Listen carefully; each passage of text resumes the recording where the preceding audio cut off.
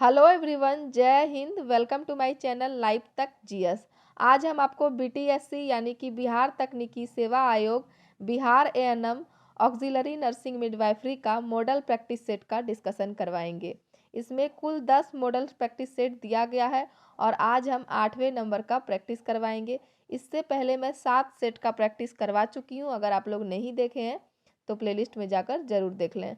आज हम 8वें क्लास का प्रैक्टिस करवाएंगे और यह एएनएम की परीक्षा के लिए बहुत ही महत्वपूर्ण होगा। और जैसा कि आप सबको पता है कि एएनएम की परीक्षा अगले ही महीने जनवरी माह में 3 पालियों में होने वाली है, 5 जनवरी, 11 जनवरी और 12 जनवरी को। तो समय बहुत कम बचा है, इसलिए बिना देरी किए आप लोग तैयारी में ज़ोर शोर से लग जाइए और इस वीडियो को 2 से 4 बार देखिए। यह एएनएम की परीक्षा को ध्यान में रखते हुए इस वीडियो को मैं लाई हूँ आप सबको लिए। और जो भी आप लोग चैनल पर नए जुड़े हैं तो चैनल को सब्सक्राइब कर लीजिए ताकि हर वीडियो का नोटिफिकेशन आपके पास पहुंच जाए। तो चलिए स्टार्ट करेंगे हम मॉडल नंबर 8 का प्रश्न नंबर 1 से। तो अगला प्रश्न है, पहला प्रश्न है, निम्न में से कौन सा किशोर अवसाद के लिए जोखिम कारक नहीं है? निम्न में से कौन सा किशोर अवसाद के लिए जोखिम कारक नहीं है? तो इसका उत्तर हो जाएगा ऑप्शन नंबर 3, उच्च शैक्षणिक उपलब्धि जो है यह जोखिम कारक किशोर अवसाद के लिए नहीं है। अगला प्रश्न है, विकास के मस्तकोन्मुखी सिद्धांत में कहा गया है कि विकास किस प्रकार आगे बढ़ता है? तो इसका उत्तर हो जाएगा ऑप्शन नंबर 1, सिर से पैर की ओर विकास आगे बढ़ता है। मस्तकोन्मुखी सिद्धांत में कहा गया है कि विकास सिर से पैर की ओर आगे बढ़ता है। ऑप्शन नंबर 1 इसका सही उत्तर होगा। अगला प्रश्न है, स्तनपान जन्म देने वाले माता पिता को कैसे मदद करता है?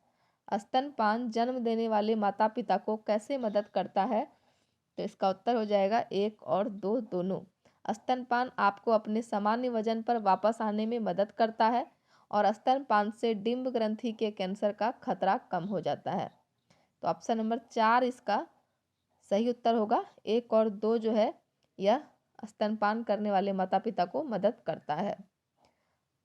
अगला प्रश्न है, हालांकि स्तनपान कराना प्राकृतिक है लेकिन शुरुआत में आपको मदद की आवश्यकता हो सकती है, तो कौन आपको यह सीखने में मदद कर सकता है कि क्या करना है? तो इसका उत्तर हो जाएगा ऑप्शन नंबर 4, उपरोक्त सभी। उस अस्पताल में एक स्तनपान सलाहकार जहां आप अपने बच्चे को जन्म देती है, आपका बाल रोग विशेषज्ञ आपको मदद कर सकता है सीखने में स्तनपान कराने का नियम। आपका बाल रोग विशेषज्ञ मदद करेंगे और एक स्तनपान परामर्शदाता, यह तीनों मदद कर सकता है। तो इसका उत्तर हो जाएगा ऑप्शन नंबर 4, उपरोक्त सभी। अगला प्रश्न है, 2023 के लिए पोषण प्रवृत्ति क्या है? 2023 के लिए पोषण प्रवृत्ति क्या है? तो इसका उत्तर हो जाएगा ऑप्शन नंबर 4, उपयुक्त सभी। पौधे आधारित आहार, पर्यावरण के अनुकूल पैकेजिंग और स्थानीय उपज सोर्सिंग और कार्यात्मक खाद्य पदार्थ। तो 2023 के लिए पोषण प्रवृत्ति यह तीनों है। तो इसका उत्तर हो जाएगा ऑप्शन नंबर 4, उपयुक्त सभी। आगे देखेंगे, किस केंद्रीय मंत्रालय द्वारा राष्ट्रवार स्तनपान कार्यक्रम एमएए शुरू किया गया है? किस केंद्रीय मंत्रालय द्वारा राष्ट्रवार स्तनपान कार्यक्रम एमएए शुरू किया गया है? तो इसका उत्तर हो जाएगा ऑप्शन नंबर 2, स्वास्थ्य और परिवार कल्याण मंत्रालय। अगला प्रश्न है, वैश्विक आबादी का कौन सा समूह एनीमिया से सबसे अधिक प्रभावित है? वैश्विक आबादी का कौन सा समूह एनीमिया से सबसे अधिक प्रभावित है? तो इसका उत्तर हो जाएगा ऑप्शन नंबर 1, पूर्व स्कूली बच्चे। अगला प्रश्न है, स्तनपान कराते समय आप कैसे बता सकती हैं कि आपके बच्चे को पर्याप्त दूध मिल रहा है या नहीं? स्तनपान कराते समय आप कैसे बता सकती हैं कि आपके बच्चे को पर्याप्त दूध मिल रहा है या नहीं? तो इसका उत्तर हो जाएगा ऑप्शन नंबर 4, उपरोक्त सभी। आपका बच्चा एक दिन में कम से कम 6 डायपर गीले करता है, तो आपको समझ में आना चाहिए कि बच्चे को पर्याप्त दूध मिल रहा है या नहीं। आपका शिशु प्रतिदिन कई बार मल त्याग करता है, आपके बच्चे का वजन लगातार बढ़ता है। इन सभी बातों से पता कर सकते हैं कि स्तनपान कराते समय बच्चा को पर्याप्त मात्रा में दूध मिल रहा है या नहीं। तो सही उत्तर हो जाएगा ऑप्शन नंबर 4, उपरोक्त सभी। अगला प्रश्न है व्यसंधि व्यसंधि अवस्था का आयु विस्तार क्या है? व्यसंधि अवस्था का आयु विस्तार क्या है? तो इसका उत्तर हो जाएगा ऑप्शन नंबर 3, 11 से 16 वर्ष इसका आयु विस्तार है। अगला प्रश्न है यह कथन कि व्यक्तित्व और कुछ नहीं बल्कि सीखी गई अनुक्रियाओं का एक समूह है, निम्नलिखित में से कौन सा दृष्टिकोण सबसे अच्छे व्यक्तित्व के बारे में बताता है? तो इसका उत्तर हो जाएगा ऑप्शन नंबर 1, व्यवहारवादी दृष्टिकोण। आगे देखेंगे, एक रासायनिक यौगिक जो मानव चयापचय को प्रभावित करता है।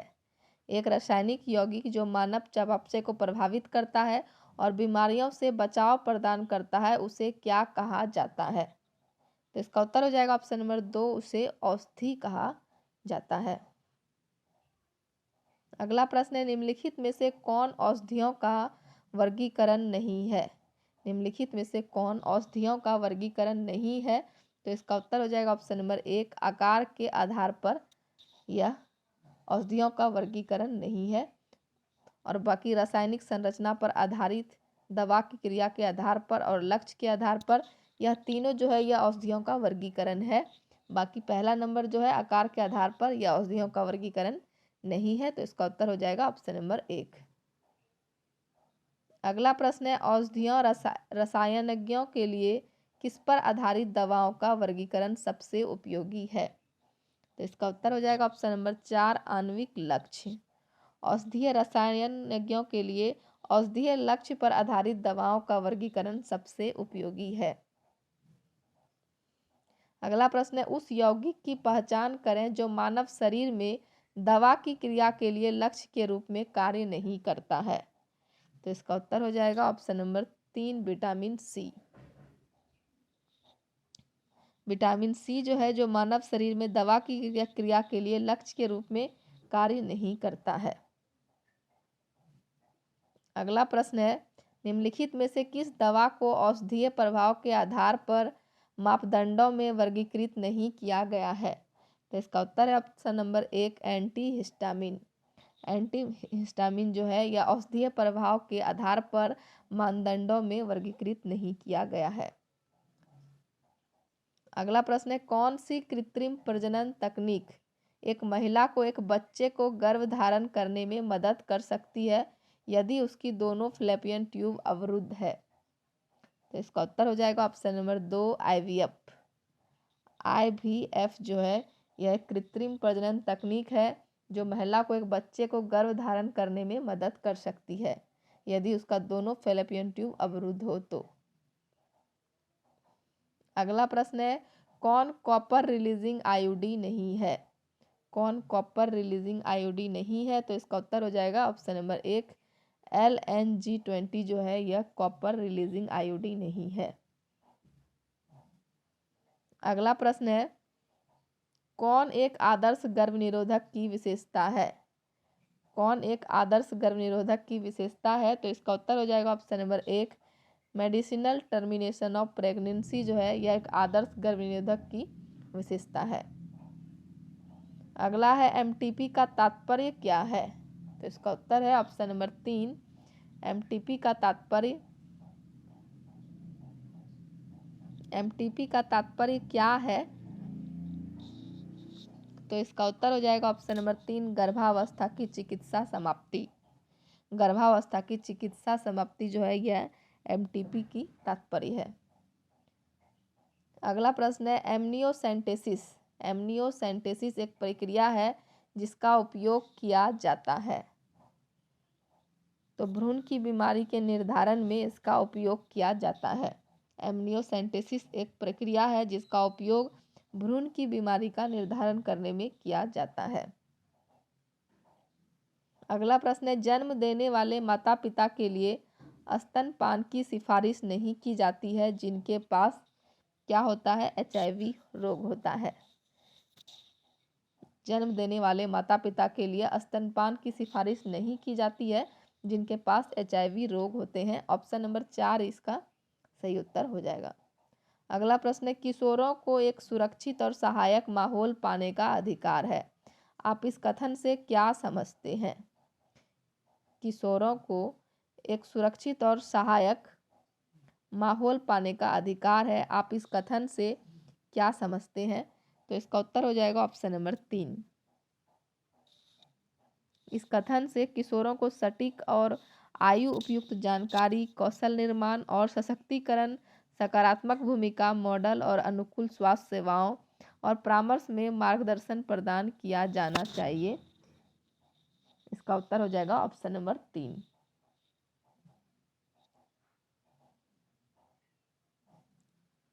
अगला प्रश्न हो जाएगा, मस्तिष्क की वह कौन सी अवस्था है जो शिक्षार्थी की मस्तिष्क की वह कौन सी अवस्था है जो शिक्षार्थी की पसंद और नापसंद को दर्शाती है? तो इसका उत्तर है ऑप्शन नंबर 2, अभिवृत्ति। मस्तिष्क की अभिवृत्ति अवस्था जो है जो शिक्षार्थी की पसंद और नापसंद को दर्शाती है। अगला प्रश्न हो जाएगा, निम्नलिखित में से कौन अंतर्मुखी प्रकार वाले व्यक्तित्व की विशेषता है? निम्नलिखित में से कौन अंतर्मुखी प्रकार वाले व्यक्तित्व की विशेषता है? तो इसका उत्तर हो जाएगा ऑप्शन नंबर 2, अपनी बौद्धिक खोज में लीन। अगला प्रश्न हो जाएगा, मध्य बाल्यावस्था की अवधि क्या है? मध्य बाल्यावस्था की अवधि क्या है? तो इसका उत्तर हो जाएगा ऑप्शन नंबर 4, 6 वर्ष से 11 वर्ष की इसकी अवधि है।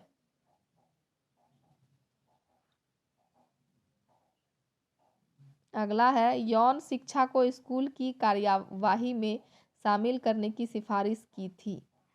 यौन शिक्षा को स्कूल की कार्यवाही में शामिल करने की सिफारिश किसने की थी? तो इसका उत्तर हो जाएगा ऑप्शन नंबर 1, किरनी ने की थी। अगला प्रश्न है, निम्नलिखित में से कौन सा नर्सिंग में नैतिक मूल्य क्षरण का उदाहरण है? निम्नलिखित में से कौन सा नर्सिंग में नैतिक मूल्य क्षरण का उदाहरण है? तो इसका उत्तर हो जाएगा ऑप्शन नंबर 3, एक नर्स जिसे ऐसे कार्य करने के लिए मजबूर किया जाता है जो उनके नैतिक मूल्यों का उल्लंघन करता है। यह नैतिक मूल्य क्षरण का उदाहरण है। ऑप्शन नंबर 3 इसका सही उत्तर हो जाएगा। अगला प्रश्न है, संज्ञानात्मक विकास में आनुवंशिकता निम्न में से क्या स्थापित करती है? संज्ञानात्मक विकास में आनुवंशिकता निम्न में से क्या स्थापित करती है? तो इसका उत्तर हो जाएगा ऑप्शन नंबर 1, मस्तिष्क जैसी शारीरिक संरचना की मूल प्रकृति जो है यह स्थापित करती है। फ्रेंड्स, वीडियो कैसा लग रहा है? उम्मीद कर रहे हैं कि वीडियो आप लोग को पसंद आ रहा होगा। वीडियो अगर अच्छा लग रहा है तो वीडियो को लाइक कीजिए, कमेंट कीजिए और ज़्यादा से ज़्यादा शेयर कीजिए ताकि सभी ANM छात्राओं को हमारा वीडियो पहुंच सके और वीडियो का लाभ उठा सकें। अगला प्रश्न हो जाएगा हमारा, एक छात्र परीक्षा में असफल हो जाता है, वह अपनी असफलता के लिए दोषपूर्ण प्रश्न पत्र के निर्माण को उत्तरदायी ठहराता है, वह किस रक्षा तंत्र का प्रयोग कर रहा है? तो वह युक्तिकरण का प्रयोग कर रहा है। एक छात्र जो है परीक्षा में असफल हो जाता है, वह अपनी असफलता के लिए दोषपूर्ण प्रश्न पत्र के निर्माण को उत्तरदायी ठहराता है, वह युक्तिकरण रक्षा तंत्र का प्रयोग कर रहा है। ऑप्शन नंबर 4 इसका सही उत्तर हो जाएगा। अगला प्रश्न है हमारा, जब दवा को अस्थि मज्जा में डाला जाता है तो उस मार्ग को कहा जाता है? जब दवा को अस्थि मज्जा में डाला जाता है तो उस मार्ग को इंट्रामेडुलरी कहा जाता है। अगला है, पेनिसिलिन की परीक्षण खुराक निम्नलिखित में से किस मार्ग से दी जाती है? तो इसका उत्तर हो जाएगा ऑप्शन नंबर 4, इंट्राडर्मल। पेनिसिलिन की परीक्षण खुराक इंट्राडर्मल मार्ग से दी जाती है। अगला प्रश्न हो जाएगा, जहर के प्रभाव का प्रतिकार करने के लिए उपयोग किए जाने वाले पदार्थ हैं, कौन से हैं? तो इसका उत्तर है ऑप्शन नंबर 2, एंटीडोट।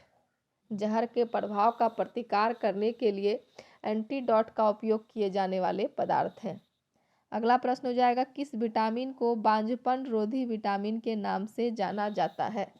तो इसका उत्तर हो जाएगा option number 2, vitamin E. Vitamin E को बांझपन रोधी विटामिन के नाम से जाना जाता है।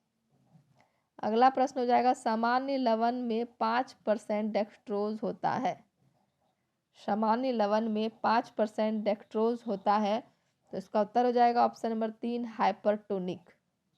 हाइपरटोनिक सामान्य लवण में 5% डेक्सट्रोज होता है।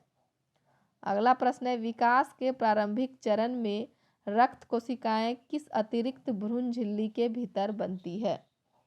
तो इसका उत्तर है ऑप्शन नंबर 3 जर्दी थैली। विकास के प्रारंभिक चरण में रक्त कोशिकाएं जर्दी थैली अतिरिक्त भ्रूण झिल्ली के भीतर बनती है।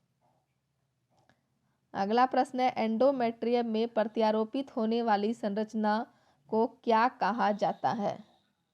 तो इसका उत्तर है ऑप्शन नंबर 2 ब्लास्टोसिस्ट कहा जाता है। एंडोमेट्रियम में प्रत्यारोपित होने वाली संरचना को ब्लास्टोसिस्ट कहा जाता है। ऑप्शन नंबर 2 इसका सही उत्तर है। अगला प्रश्न है, पोषक तत्वों और अपशिष्ट विनिमय में कौन सी झिल्ली सबसे बड़ी भूमिका निभाती है? तो इसका उत्तर है ऑप्शन नंबर 2 कोरियन। कोरियन जो है यह सबसे बड़ी भूमिका निभाती है। पोषक तत्वों और अपशिष्ट विनिमय में कोरियन सबसे बड़ी भूमिका निभाती है। ऑप्शन नंबर 2 इसका सही उत्तर होगा। और आगे देखेंगे, लड़का किस भाव से माँ की ओर आकर्षित होता है? लड़का किस भाव से माँ की ओर आकर्षित होता है? तो इसका उत्तर है ऑप्शन नंबर 1 ओडिपस कॉम्प्लेक्स। अगला प्रश्न है, प्लेसेंटा पैदा करता है। प्लेसेंटा जो है यह पैदा करता है, क्या पैदा करता है? तो एस्ट्रोजन और प्रोजेस्टेरोन दोनों हार्मोन जो है यह प्लेसेंटा पैदा करता है। अगला प्रश्न है, हृदय का विकास कब प्रारंभ होता है? हृदय का विकास कब प्रारंभ होता है? तो इसका उत्तर हो जाएगा ऑप्शन नंबर 2 तीसरा सप्ताह में हृदय का विकास प्रारंभ हो जाता है। ऑप्शन नंबर 2 इसका सही उत्तर है।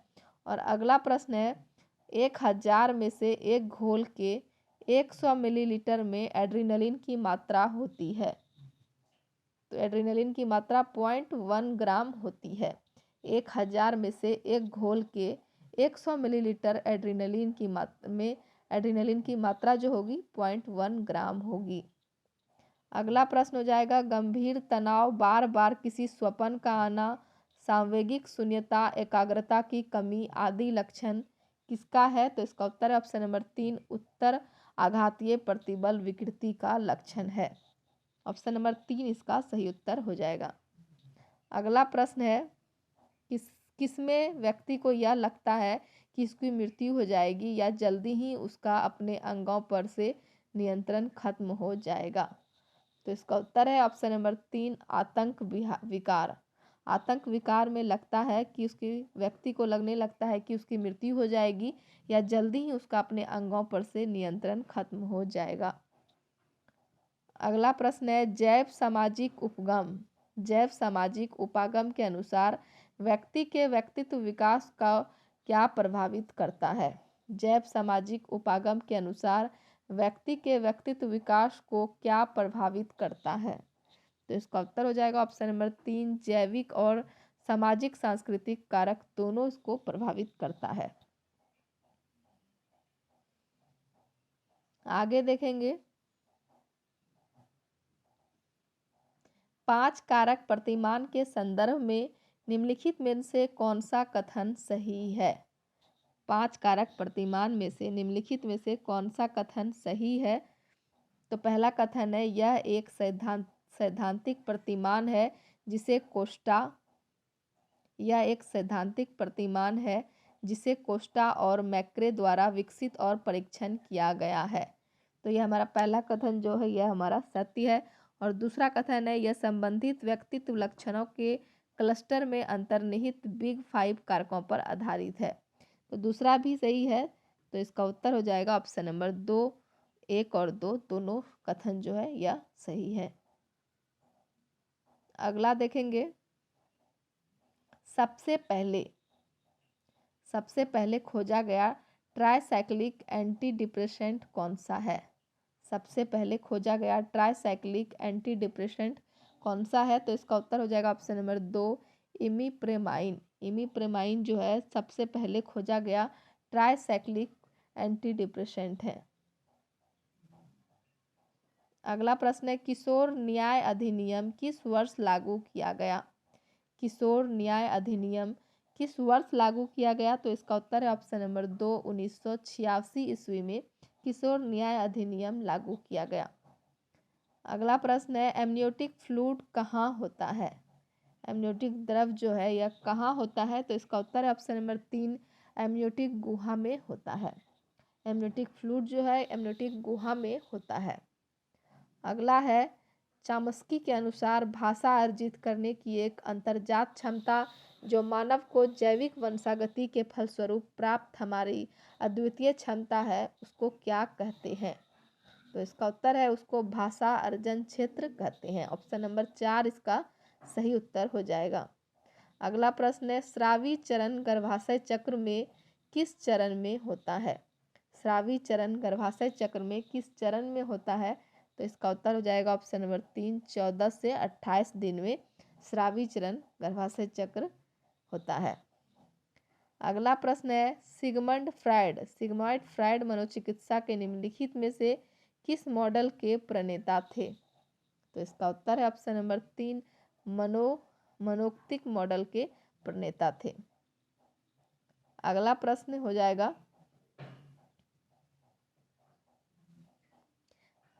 पारंपरिक शारीरिक दूरी के संदर्भ में निम्नलिखित में से कौन सा सुमेलित नहीं है?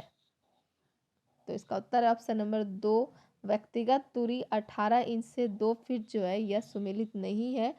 बाकी अंतर्गत दूरी 18 इंच तक यह सही है। सामाजिक दूरी 4 से 10 फीट यह भी सही है और सार्वजनिक दूरी 10 फीट से अनंत तक यह भी सही है। तो पारस्परिक शारीरिक दूरी के संदर्भ में व्यक्तिगत दूरी जो है 18 इंच से 2 फीट यह सुमेलित नहीं है। ऑप्शन नंबर 2 इसका सही उत्तर हो जाएगा। अगला प्रश्न है निम्नलिखित दिए गए विकल्पों में किसी जानवर की त्वचा में वसामय ग्रंथि कहाँ स्थित होती है? तो इसका उत्तर हो जाएगा ऑप्शन नंबर 2 एक स्तनपायी की आंतरिक में स्थित होती है। अगला है 5 भौतिक में कौन शामिल है? 5 भौतिक में कौन शामिल है?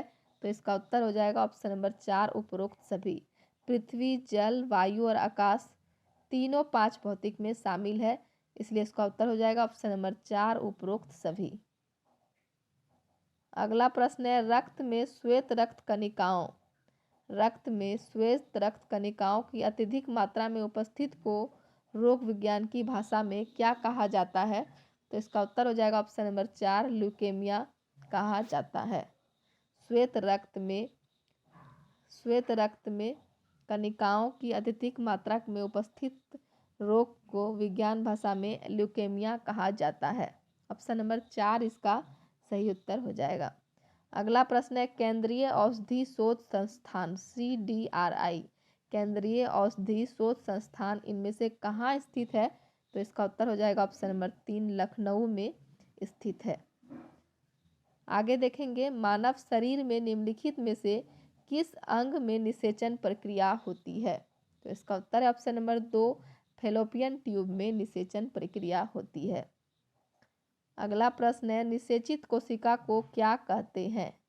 निषेचित कोशिका को क्या कहते हैं? तो इसका उत्तर है ऑप्शन नंबर 3 युग्मनज कहते हैं। निषेचित कोशिका को युग्मनज कहते हैं। ऑप्शन नंबर 3 इसका सही उत्तर हो जाएगा। अगला प्रश्न है मनोविज्ञान में मनोसामाजिक उपागम के बारे में निम्नलिखित में से कौन सा कथन सत्य है? मनोविज्ञान में मनोसामाजिक उपागम के बारे में निम्नलिखित में से कौन सा कथन सत्य है? तो पहला कथन है इसमें वे मनोविश्लेषणात्मक उपगम से असंबंधित है। तो यह कथन जो है यह हमारा गलत है। अगला है वे सामाजिक और सांस्कृतिक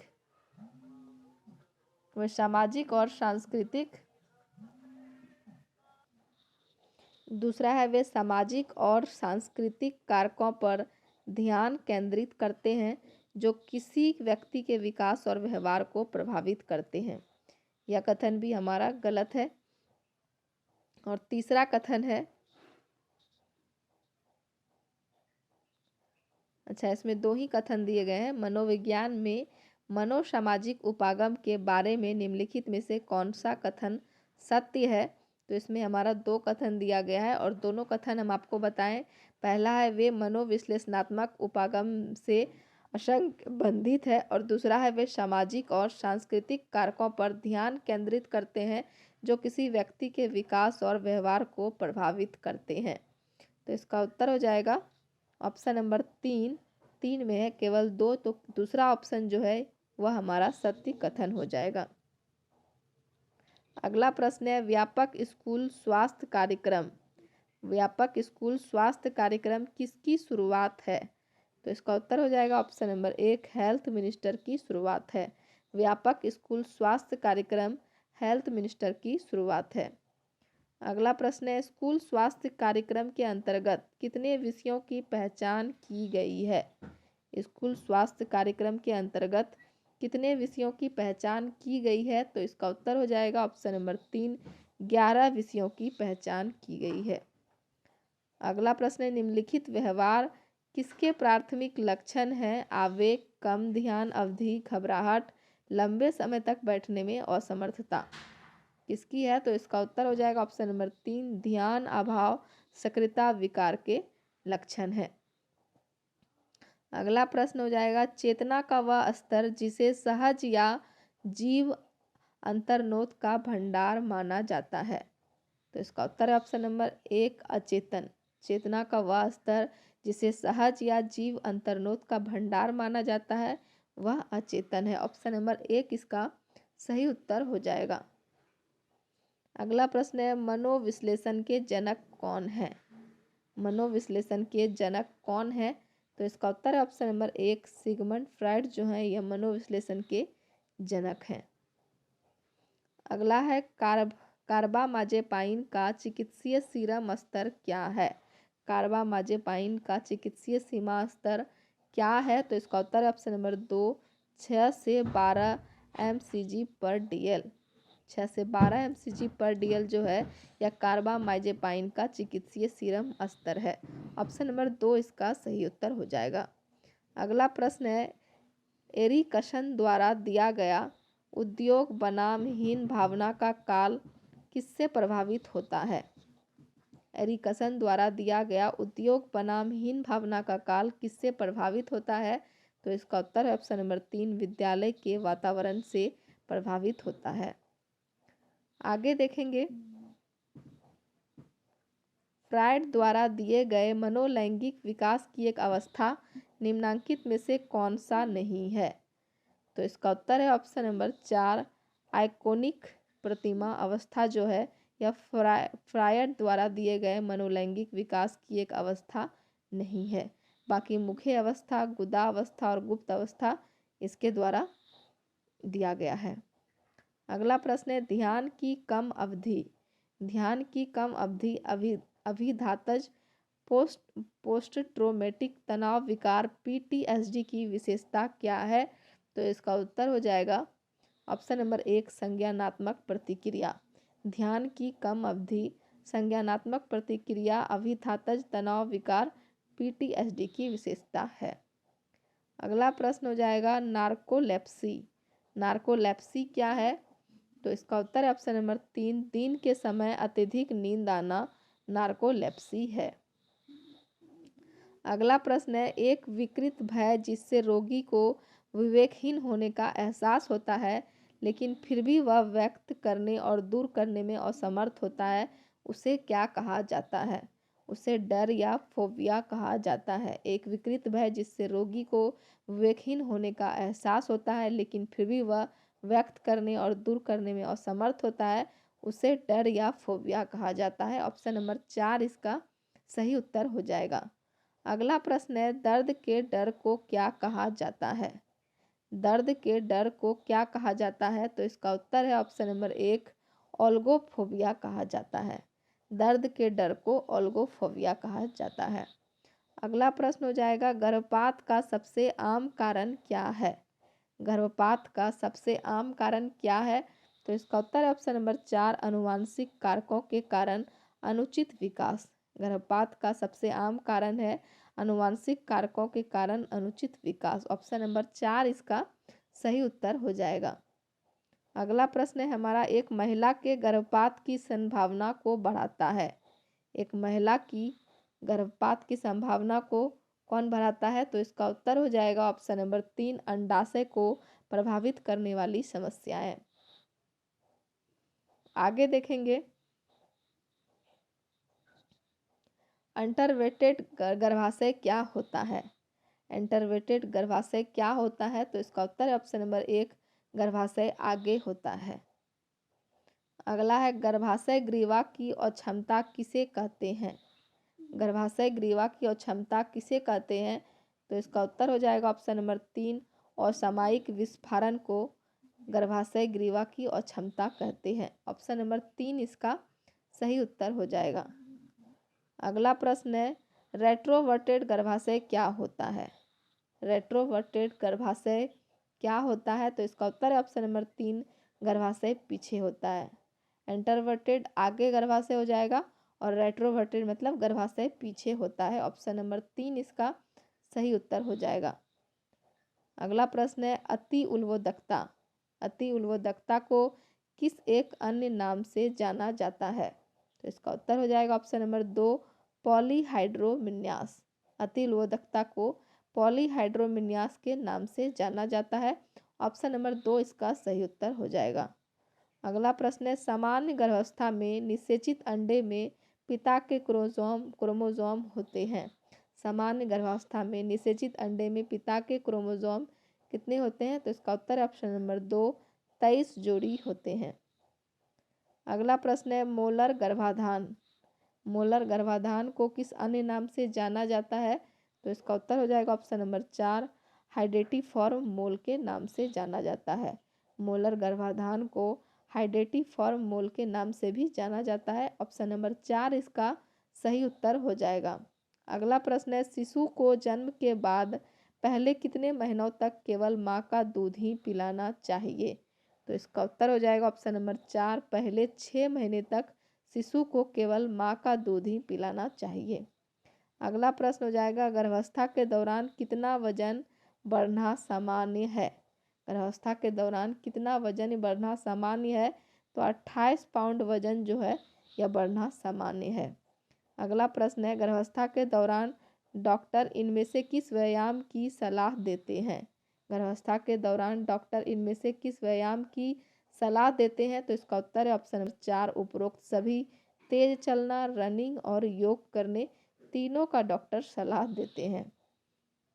आगे देखेंगे, इससे पहले मैं आपसे ये जान लें क्या कि आपको वीडियो पसंद आ रहा है या नहीं।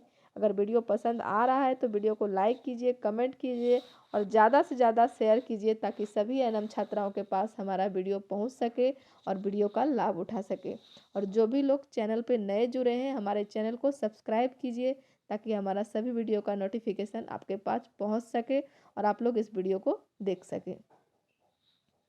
तो आगे चलेंगे। अगला है, व्यायाम गर्भवती शरीर को कैसे लाभ पहुंचाता है? व्यायाम गर्भवती शरीर को कैसे लाभ पहुंचाता है? तो इसका उत्तर हो जाएगा ऑप्शन नंबर 4, उपरोक्त सभी। मांसपेशियों को मजबूत करता है, थकान कम कर देता है और तनाव कम कर देता है। व्यायाम गर्भवती शरीर को इन तीनों तरह से लाभ पहुंचाता है, तो इसलिए इसका उत्तर हो जाएगा ऑप्शन नंबर 4, उपरोक्त सभी। अगला प्रश्न है, एनोरेक्सिया नर्वोसा क्या है? एनोरेक्सिया नर्वोसा क्या है? तो इसका उत्तर हो जाएगा ऑप्शन नंबर 3, खाने का विकार। एनोरेक्सिया नर्वोसा जो है यह खाने का विकार है। ऑप्शन नंबर 3 इसका सही उत्तर हो जाएगा। अगला प्रश्न है, निम्नलिखित में से कौन सी बाल्य अवस्था, निम्नलिखित में से कौन सी बाल्य अवस्था के स्वलीनता विकार की विशेषता नहीं है? तो इसका उत्तर है ऑप्शन नंबर 1, असंयत पुरुषता और अधिक भोजन। असंयत पुरुषता और अधिक भोजन जो है यह बाल्यावस्था के स्वलीनता विकार की विशेषता नहीं है। अगला प्रश्न है, माँ के तनाव का स्तर भ्रूण को कैसे प्रभावित करता है? माँ के तनाव का स्तर भ्रूण को कैसे प्रभावित करता है? तो इसका उत्तर हो जाएगा ऑप्शन नंबर 4, उपरोक्त सभी। समय से पहले जन्म का कारण बनता है, जन्म के समय कम वजन का कारण बनता है और बच्चे का स्वभाव बदलता है। यह तीनों जो है भ्रूण को प्रभावित करता है माँ के तनाव से। तो इसलिए इसका उत्तर हो जाएगा ऑप्शन नंबर 4 उपरोक्त सभी।